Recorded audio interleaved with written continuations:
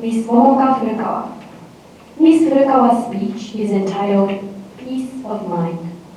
Miss Furukawa, please come to the podium.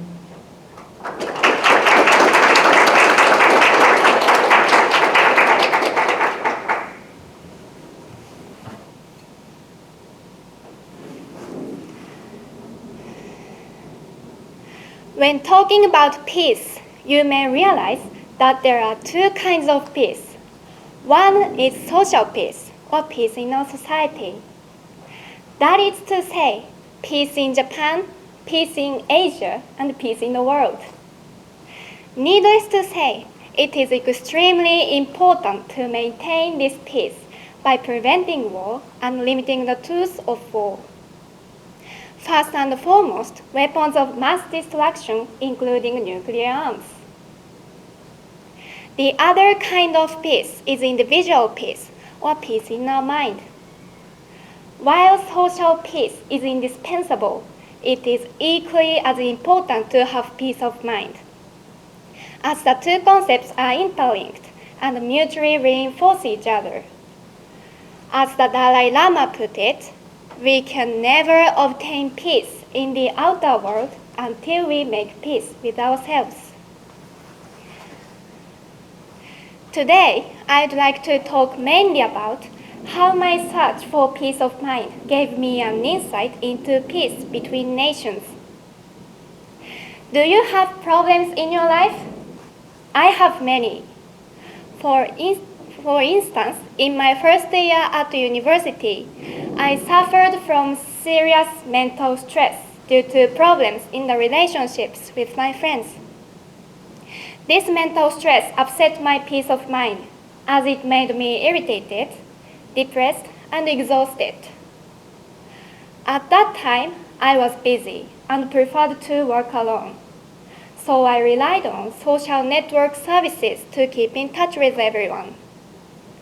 These days, it's easy to connect with each other by using Line, Twitter, and other high-tech applications. Indeed, I was a big fan of this.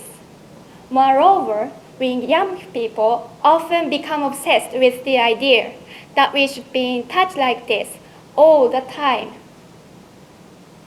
However, my excessive reliance on these kinds of networking services caused my friends to drift away from me. After that, I realized that only speaking through short text messages was not enough to sustain my friendships. Suddenly, I felt very lonely and was really worried about the possibility of losing my friends for good. I therefore spent a lot of time and energy rebuilding personal ties with my friends. Luckily, I succeeded in reviving the old friendships and thus restoring my peace of mind. I learned a precious lesson from this experience. We should always try to talk to each other in order to sustain mutual trust and friendship.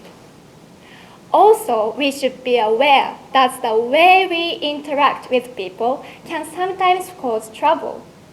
For instance, communications via the SNS tend to be superficial and one-sided. Even worse, they can become a hotbed for the spread of rumors.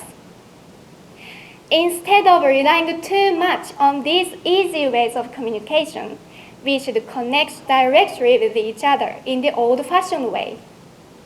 With face-to-face conversations, it's easier to understand other people's true feelings, avoid misunderstandings, and thus maintain real, lasting friendships.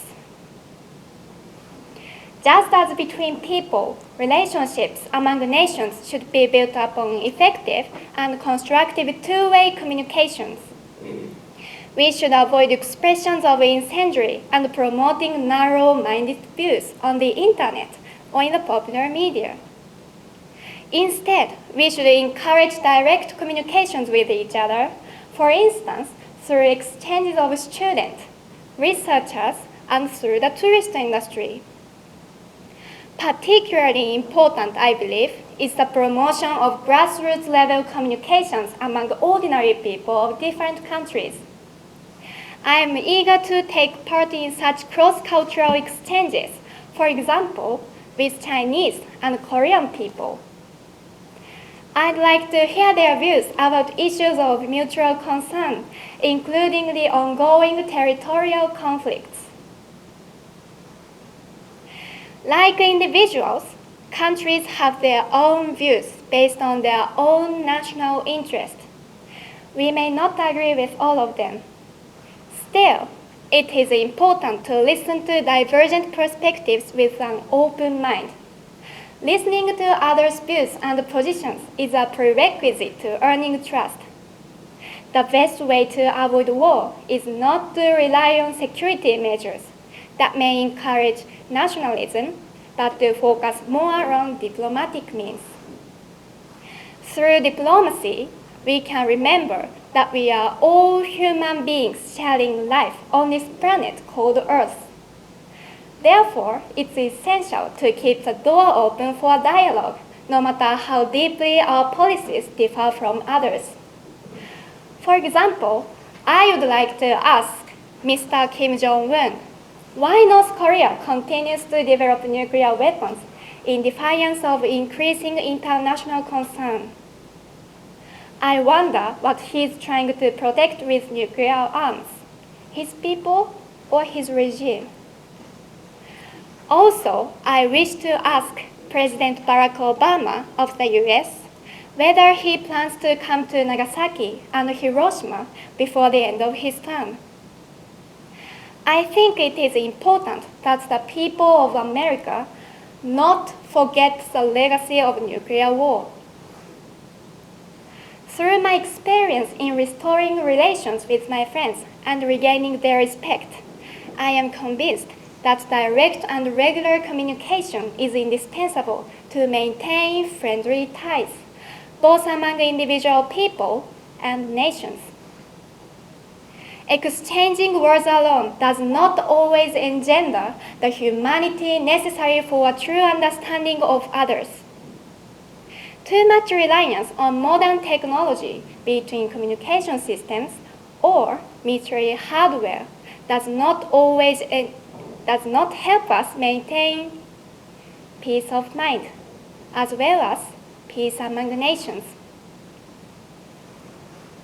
In conclusion, I'd like to emphasize once again the need to cultivate both outer and inner peace, as they are inextricably linked.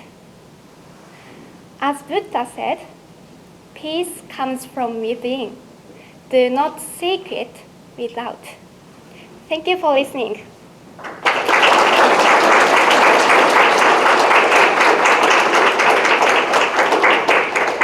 古川 We'll wait a few moments until the judges are ready.